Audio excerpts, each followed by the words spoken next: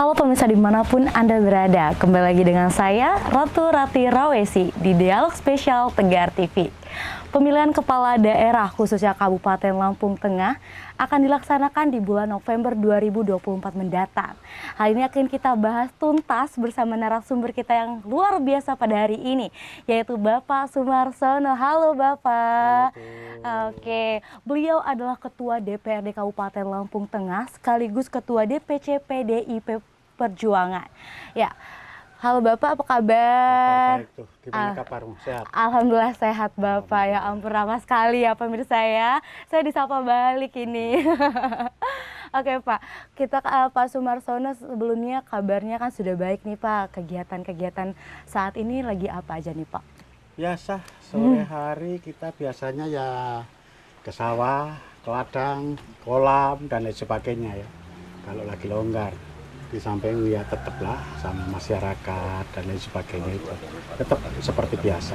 Oke, Masya Allah. Jadi setelah mengurusi lingkungan di sini Pak tetap aja bersapa ya dengan masyarakat. Iyalah, ya Pak ya. Wah, Masya Allah. Sebagai makhluk sosial kita nggak akan bisa lepas dari itu kan. Iya. Berhubungan dengan masyarakat lainnya, sahabat, teman dan lain sebagainya, dan beraktivitas kita sendiri untuk baik riset ataupun untuk bagaimana ini mendapatkan uang, edukasi masyarakat, nanti kita jelaskan kepada masyarakat. Oke, untuk kita nanti Pak, kita sedang berada di mana sih Pak? Ini lokasinya boleh diberikan tahu sama pemirsa di rumah. Nama kita kasih nama Kebun Agrowisata. Kebun Klinik Agrowisata. Pertanian. Saya di sini bercita-cita membuat agrowisata pertanian terintegrasi. Kenapa saya katakan terintegrasi? Karena di sini ada peternakan, perikanan, dan pertanian. Nah, ini pola yang saya ciptakan untuk memberikan edukasi kepada masyarakat bahwa pertanian itu nggak bisa meninggalkan perikanan, perikanan nggak bisa meninggalkan peternakan, dan lain sebagainya. Dia saling berhubungan, saling menunjang. Karena pada saat musim tanam kita butuh kotoran hewannya untuk menjadi pupuk organik, atau diolah menjadi pupuk organik, kemudian butuh airnya, makanya kita membuat embung, membuat kolam ini, jadi kalau pas ke musim kemarau, airnya tetap ada, bisa kita distribusikan ke tanaman yang membutuhkan. Oke, jadi itu saling berkaitan, ya Pak. Ya. Untuk pertanian di sini, khususnya di kebun-kebun Pak, ini ada pohon apa saja sih Pak di kebun agro ini Pak? Ada duren, ada alpukat, ada pepaya California, ada pete, ada rambutan, nanti dilengkapin, terus akan dilengkapin terus. Oke, itu kan berangsur-angsur ya Pak ya, dilengkapi. Ada kelengkeng, pokoknya ya Indonesia lah, Nusantara lah ya. Dulu kita ini kan luar biasa, tapi kemudian banyak ditinggalkan sehingga beralih ke singkong, beralih ke padi, dan lain sebagainya. Padahal dulu nenek moyang kita ini sangat hebat. Dia menanam lada, kopi, kakao, dan lain sebagainya. Itu bisa tumpang sari dengan tanaman seperti jengkol, pete, duren, dan lain sebagainya. Sehingga nggak ada yang namanya ekonomi, tetap akan bergerak. Karena setiap musim berganti. Setiap tanaman itu kan musimnya berbeda-beda. Ada musim pete, dia tidak akan sama pada saat dengan musim durian. Benar. Tidak akan sama saat musim rambutan. Jadi terus pangan itu tersedia kan. Nah sekarang kan karena seragam, bahkan adanya yang ditebang, ditanamin sawit. Sehingga hari ini kopi harganya 70.000. Rakyat saya nggak punya kopi. Kakao harganya 150.000, nggak punya kakao. Adanya cuma sawit yang dikooptasi oleh para pemilik modal, itu ditentukan harganya sekian. Bukan pasar, pemilik modal. Tetapi kalau beragam, pemilik modal nggak bisa mengkooptasi. Dulu pernah dilakukan pada zaman Orde Baru, cengkeh dibuat yang namanya GGPC, tebangin sama rakyat, iya kan? Benar. Begitu juga jeruk dibuat tata niaga jeruk, tebangin sama rakyat, itu perlawanan rakyat. Sekarang dengan sawit sawit dikasih HGU dengan sangat luas sama pemerintah. Pemilik modal ini, iya kan? Pemilik modal ini dikasih HGU dengan sangat luas, tak terbatas bahkan. Rakyat saya tinggal punya 1 hektar, 2 hektar. Ya. Sedih kan? Coba distribusikan, redistribusi lahan. Reforma agraria laksanakan, redistribusi kepada rakyat. Benar sekali. Sejahtera rakyat kita. Ini rakyat kita dikasih saipit-ipit. Tapi untuk pemikiran Bapak sendiri untuk membuka lapangan pertanian sendiri ternyata itu untuk rakyat juga ya Pak ya? Untuk bagian edukasi, pendidikan kepada rakyat. Bahwa kita kalau ikan itu sebetulnya nggak perlu beli. Kemudian sama, beras sebetulnya nggak perlu beli. Dan lain sebagainya. Depan rumah kalau mau ditanamin rambutan, ditanamin apukat, ditanamin pete dan lain sebagainya juga akan mendapatkan uang. Ini yang nggak pernah dilakukan sama pemerintah. Kita sebagai anggota DPRD, ketua DPR sudah memberikan saran, tapi tidak juga. Di samping rakyatnya juga yang sudah pragmatis kan. Rakyat kita ini maunya cuma separing-paring, minta bantuan. Nah ini yang harus dirubah mindset ini. Benar Pak. Untuk ini Pak di edukasi banyak di sini. Salah satu tadi Bapak menyebutkan pembuatan POC. Apakah ada edukasi pembuatan POC setelah pembuatan ini Pak? Tapi ya kembali lagi kita ajari, pulang kita bawain, kita kontrol ke rumahnya nggak buat, nanti datang lagi minta lagi. Pokoknya mental rakyat saya itu adalah mental pengemis, peminta-minta. Nggak ada jiwa berdikari, berdiri di atas kaki sendiri. Nggak punya jiwa wirausaha, adanya mencari kerja. Ini yang sedih. Nah, ini kan Bapak sudah bilang nih kalau misalkan rakyat Bapak seperti ini, bagaimana Bapak mengedukasi rakyat supaya mempunyai jiwa wirausaha atau berdikari ya, ini Pak? pelan tapi pasti. Paling tidak di organisasi saya udah mau saya mulai. Dari organisasi Pak? Dari organisasi yang saya pimpin, PDI Perjuangan, saya udah mau mulai bagaimana mengolah yang namanya singkong, itu mempunyai nilai tambah. Bisa dipakai, dibuat dengan yang namanya chip, digaplek. Nanti setelah gaplek akan lagi diolah bisa menjadi pakan ternak, baik pakan ternak kambing, sapi, ikan dan lain sebagainya, ayam dan lain sebagainya. Baru bayu saya akan mulai, peralatan sudah siap, tinggal let's go aja. Oke, jadi Bapak sudah membuat semua itu Pak ya untuk rakyat. Upaya sudah kita lakukan supaya rakyat itu berdikari. Jadi tidak separing-paring. Kalaupun dia punya ternak, dia tidak hanya beli pakan ternak pabrikan, tapi bisa produksi sendiri. Karena tersedia semua di sini. Apalagi saat singkong dengan harga yang sangat murah. Tentu dengan kita buat gaplek dan lain sebagainya, kemudian tinggal kita cariin protein lainnya seperti ikan asin yang jelek-jelek itu. Kemudian kita kasih lagi mikroba yang lain sebagainya. Ada dedak dan lain sebagainya. Mudah-mudahan nanti pelan tapi pasti saya terus akan lakukan itu. Oke, di sini banyak banget ya Pak pertanian, perikanan. Juga tadi perikanan di ikan di sini ada apa aja Pak?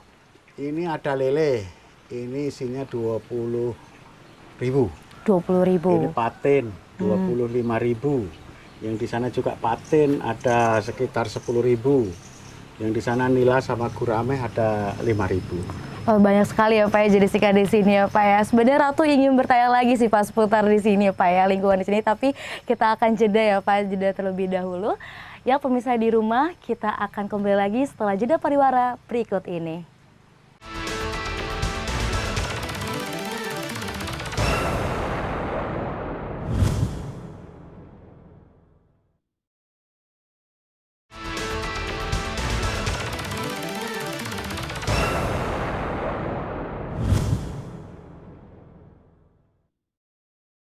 Halo pemirsa dimanapun Anda berada, kembali lagi dengan saya Ratu Rati Rawesi di Dialog Spesial Tegar TV. Kita masih dengan narasumber kita yang luar biasa hari ini, Bapak Sumarsono. Halo Bapak. Halo. Kita balik lagi ya Pak berbincang-bincang ya Pak ya seputar pilkada. Namun aku mau bahas dulu Pak ini tentang Nusantara.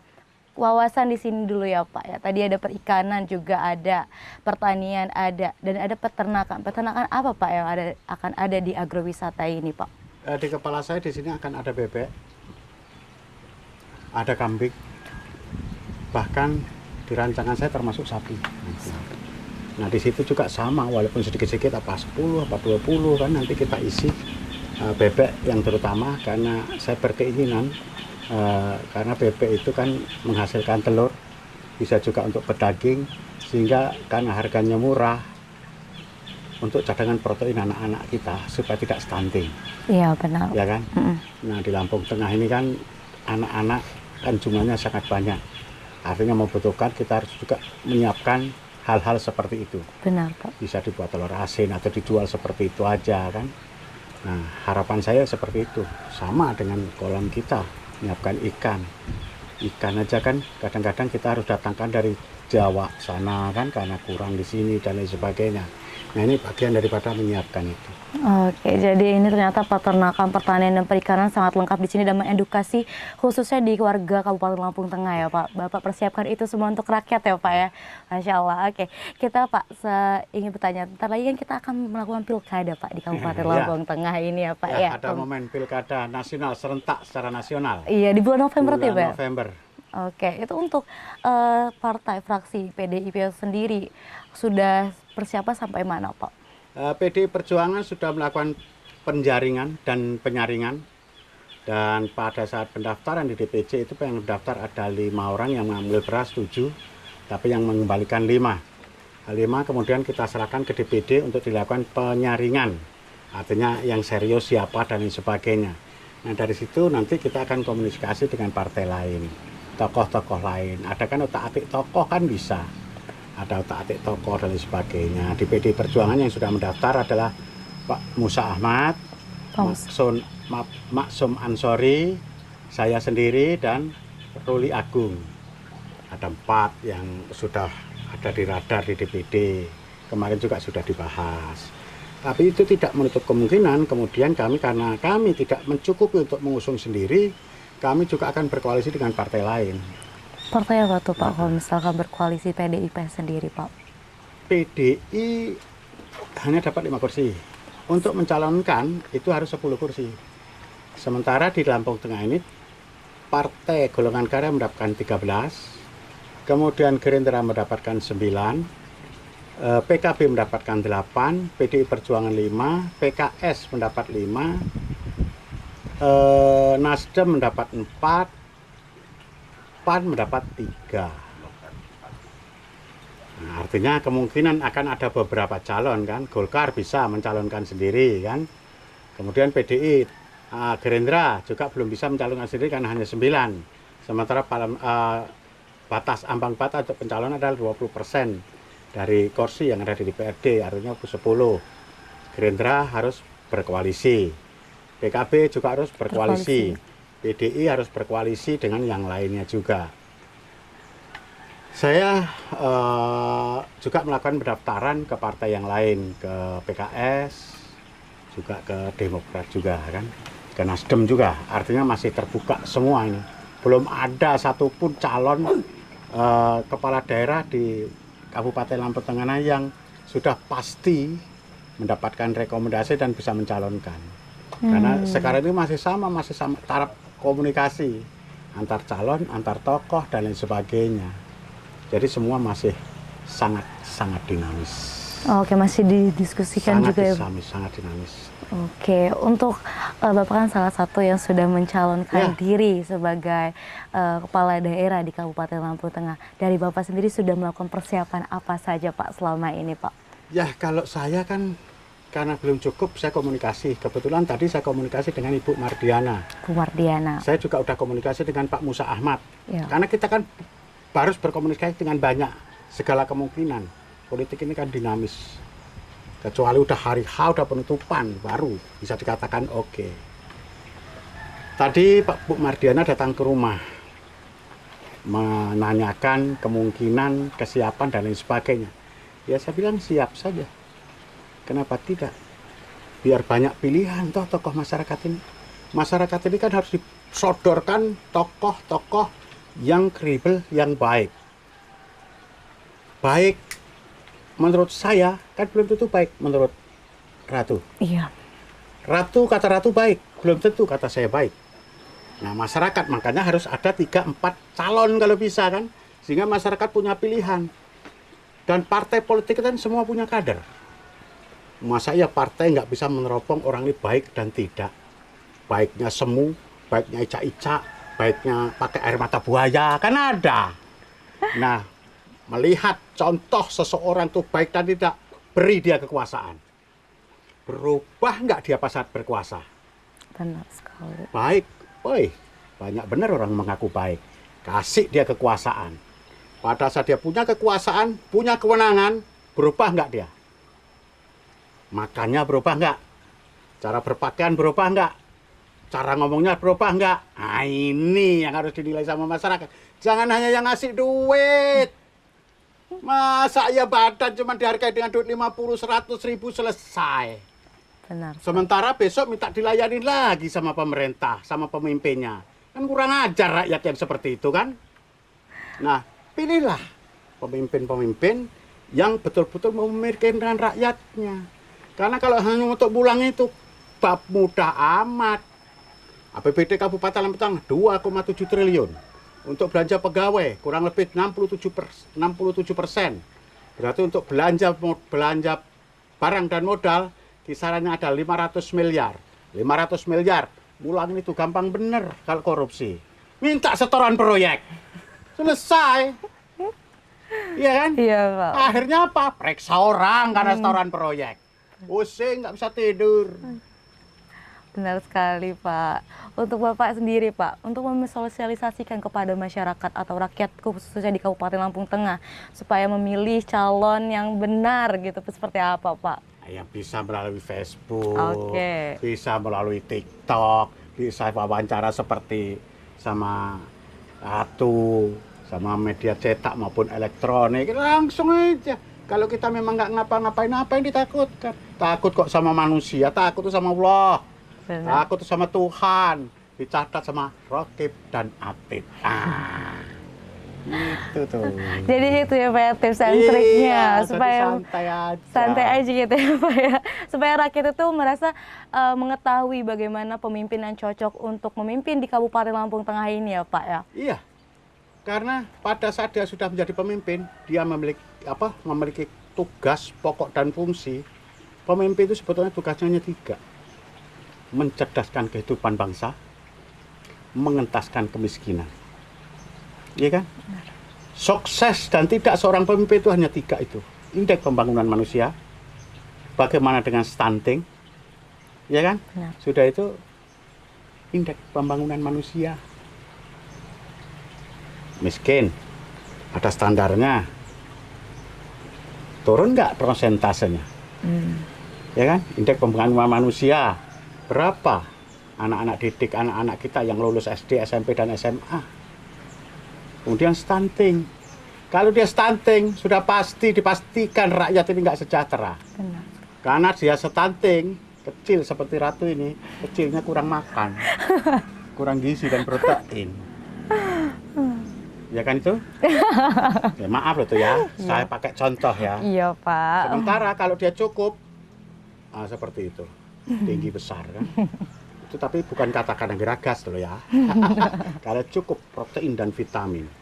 Nah, untuk cukup protein dan vitamin, mereka harus sejahtera. Punya uang untuk belanja. Benar sekali Pak. Ya, itu yang harus dipikirkan oleh para pemimpin. Bukan pemimpinnya kemudian lebih sejahtera dari rakyatnya. Iya kan? Benar. Ini begitu jadi pemimpin, hey, rumahnya gede dan lain sebagainya, ya kan? Sementara rakyatnya mau ketemu aja susah, iya kan? Iya. Ya, kapan mau diskusi, kapan mau mengerti rakyatnya butuh apa? Tapi gak bisa juga nyalahkan pemimpinnya, karena pemimpinnya sudah merasa bayar, rakyatnya udah dibeli. Nah, Ketemu lagi gak bisa, kan gampang. Pada saat mau terpilih, beli HP baru, ganti nomor, pasang nomor. Setelah terpilih, ganti nomor HP ini. Ya kan? Rumah tutup. Mau ngadus kemana? Nelpon, HP-nya nggak aktif lagi. Ke rumahnya, tutupan pintu gerbang. Iya kan? Mau ke kantor, banyak kerjaan. Ya, selesai deh. Nah, rakyat ini yang harus cerdas sekarang, harus mulai bisa memilih dan memilih yang benar-benar peduli sama rakyat, mengerti dengan rakyat. Oke, itu adalah tips and trik buat para pemirsa di rumah, khususnya di Kabupaten Lampung Tengah, untuk memilih calon kepala daerah di Kabupaten Lampung Tengah yang sudah dibilang sama Lampung Pak Tengah Sumarsono. dan Provinsi Lampung. Di Provinsi Karena Lampung. serentak antar pemilihan gubernur dan bupati nantinya. Oke, itulah tips and triknya ya Pak ya. Nanti kita akan bahas lagi ya Pak, lebih banyak lagi tentang pilkada. Dan juga para pemirsa di rumah, terima kasih. Kita akan jeda setelah pariwara berikut ini.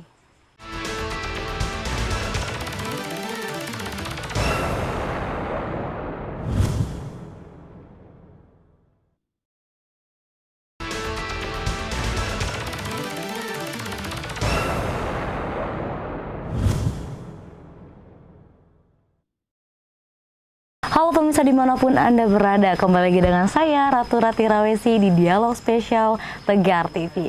Kita masih membahas seputar pilkada dengan Bapak Sumarsono yang sangat luar biasa. Halo Bapak, kita kembali berbincang ya Pak ya. Boleh. Soal pilkada ini Pak. Sampai 24 jam gak apa-apa. 24 jam nggak apa-apa ya Pak ya.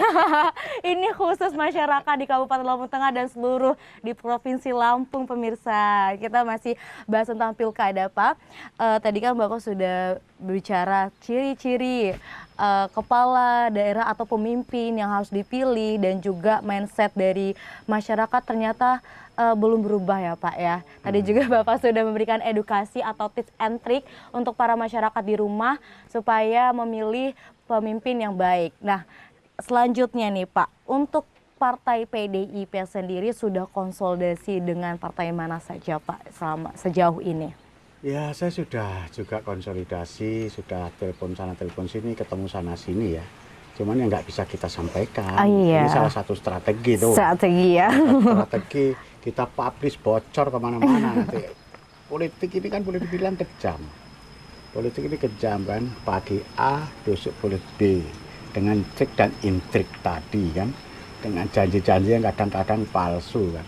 Tetapi saya yakin petinggi partai, kader-kader partai masih banyak yang idealis, yang mau berjuang betul-betul untuk kesejahteraan rakyat. Benar banget. Untuk mensejahterakan rakyat, mencerdaskan rakyat, ya kan? Nah, untuk mencapai Indonesia Raya. Ada satu dua yang kemudian menjanjikan, ya biasa kan pada saat mencalonkan diri menjanjikan punya amunisi banyak, ini dan itu. Lah kalau saya punya duit 20 miliar, ngapain saya jadi calon kepala daerah? Iya kan? Benar. Orang untuk usaha aja dapat duitnya banyak. Jadi bupati, ketua DPRD, Kapolres, ketua pengadilan, kepala kejaksaan, plek gajinya sama persis. Sama persis. Dan apa banyak? Enggak juga. Nah, tetapi bentuk pengabdian ini adalah bagaimana seperti yang saya sampaikan tiga tadi. Melawan kemiskinan, stunting, dan mencerdaskan kehidupan bangsa. Iya. Sukses dan tidaknya seorang pemimpin adalah hanya 3 hal itu aja lah. Kalau mau bangun itu gampang bener, asal ada duitnya bisa bangun. Benar sekali. Asal ada duitnya, apa susahnya bangun? Semen banyak di toko, batu banyak. Nah, yang susah itu 3 itu loh sebetulnya. Dengan mereka cerdas, dia tidak akan salah memilih pemimpin bangsa. Dengan dia cerdas, dia kalaupun dia petani, dia tidak akan salah dengan mengestimasi berapa pupuk yang harus saya perlukan, musim tanam dan sebagainya. Nah, sama, ini musim pilkada. Nah, yang terjadi 5 tahun sekali. Salah pilih 5 tahun kemudian yang akan berakibatnya kan. Apa ya mereka hanya mau dihargai dengan 50 atau 100 ribu? Ya kan? Hanya dihargai 100 ribu. Silahkan dibagi. Kalau 100 ribu, oke si A, si B, si C ngasih semua calon. Dapatlah 500. 5 tahun, berarti 1 tahun 100. Dibagi 12, berarti 10 ribu. Sehari ketemu berapa? Iya kan? Sementara pemimpinnya dengan mudah mengembalikan uang itu. Buat proyek yang banyak, ambil setoran. Angkat kepala dinas yang baru, suruh setor. Selesai juga. Ya kan? Selesai juga.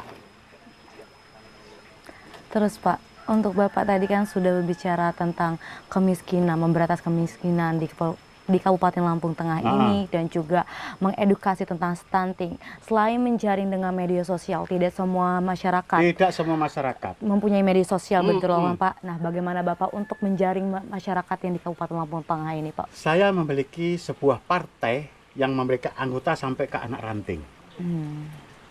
Nah, nanti kita adakan konsolidasi, terus kita gemakan ini semua. Nah, kita gemakan ini semua, ayo kita lawan bareng-bareng. Siapa yang punya medsos, gemakan ini. Siapa yang punya TikTok, gemakan ini. Kalau kumpul pada saat yasinan, sampaikan ini. Kalau kumpul pada saat kenduri, sampaikan ini. Jadi panitia hajatan, sampaikan ini. Semua kita perintahkan untuk lakukan seperti itu. Oke, untuk penjaring masyarakatnya seperti itu ya Pak ya? Iya. Dan juga selain itu ada lagi nggak Pak untuk pemuda-pemudi yang ada di Kabupaten Lampung Tengah untuk menghadapi money politik ya Pak ya? Money politik ini seperti apa Pak? Ya, kebetulan boleh dibilang 60-65% sekarang suaranya kan untuk milenial dan Gen Z. Ya. Sementara mana anak Gen Z seperti kamu ini nggak pernah susah loh. Orang seperti Ratu nggak pernah susah. Kamu nggak pernah yang namanya makan hanya singkong bakar satu hari. Nggak ketemu kamu. Ya kan? Ya. Dan saya berharap nggak akan ketemu juga. Tetapi bagaimana menghargai jerih payah orang tua ini, seperti orang tuamu ngurusin Ratu dari kecil sampai sekarang, susahnya seperti apa? Kalau di kampung itu, pagi hari dia sudah bangun, buangin kotoran sapi. Ibunya sudah masak setelah sholat subuh. Hanya untuk menyiapkan anaknya mau berangkat sekolah supaya sarapan. Entah bapaknya, punggungnya, basarannya keluar keringat dari pantat hanya untuk anak. Tapi anak sekarang senengnya malah makadon cece, pesta-pesta, piknik, dan lain sebagainya. Iya kan? Contohnya seperti Ratu, glowing, ya kan? Ya toh? Nah, sementara bapakmu pernah berpikir kamu, ibu kamu bangun pagi, memasak setelah sholat, untuk menyiapkan supaya Ratu sarapan. Pasti sarapan pada saat mau berangkat ke tempat kuliah. Bapakmu entah pulang jam berapa, kadang kamu belum bangun, bapakmu sudah pergi. Kamu sudah tidur, bapakmu belum pulang. Hanya untuk si buah hati. Iya kan? Benar, Pak. Sementara si buah hati konsumsi sabu lagi. Malah sekarang yang lagi kerut judi online. Selut, ya kan? Benar, Pak. Nah kan luar biasa. Selut kalah, pinjol lagi. Aduh, kan? Nah, ini artinya kan, kalau fenomena pemilu legislatif kemarin dan pilpres, semua ulama gagal melakukan pembinaan kepada masyarakat. Tenaga pendidik dan pendidikan gagal. Politisi gagal. Tokoh masyarakat gagal. Karena apa? Uang beredar untuk supaya dipilih itu sangat banyak dan uang itu habis terserap. Kalau diomongin nggak ada money politik, suruh ke depan saya kasih kitab suci itu disumpah. Tetapi tidak atas satu pun aparatur penyelenggara pemilu itu nangkap satu pun money politik. Kan gagal semua nih. Itu bukan karena saya nggak jadi. Fenomena itu diangkat seperti apa? Nggak bisa. Apakah kantor ulang pilkada ini? Wallahualam. Nah, ini yang sedih. Padahal tujuan daripada pemilihan langsung supaya calon itu tidak bisa membagi satu persatu orang itu karena banyaknya. Kalau berdasarkan Pancasila, sila keempat jelas.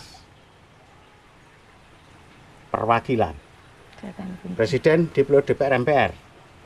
Gubernur dipilih oleh DPRD. Bupati dipilih oleh DPRD. Tetapi dulu yang menikmati katanya ya kan? Katanya hanya elit-elit politik. Padahal dengan adanya perwakilan seperti roh demokrasi kita, biayanya nggak terlalu tinggi. Karena kampanye cukup di partai-partai politik. Kemudian TPS cuma satu, ya kan? Cuma satu. Sementara sekarang TPS-nya jumlahnya nggak tahu lagi, biayanya banyaknya nggak tahu lagi. Seperti kemarin, wansos di mana-mana supaya memilih si ABC. Bener nggak ya? Merasakan nggak? Tahu nggak? Nggak Tahu. bisa apa-apa kan kita, Iya. karena kewenangan bukan ada di kita, Benar sekali. ya kan? Sementara rakyat kita malah nunggu. Ada sebuah kampung ditulis menunggu serangan fajar.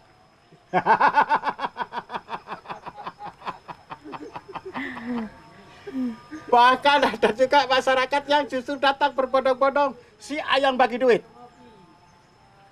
si B yang bagi ini, si C yang bagi ini, malah datang berbondong-bondong. Benar, Pak. Sementara harapannya mendapatkan pemilih yang baik. Baik itu harus yang baik betul, jangan baik pada saat ada perlu.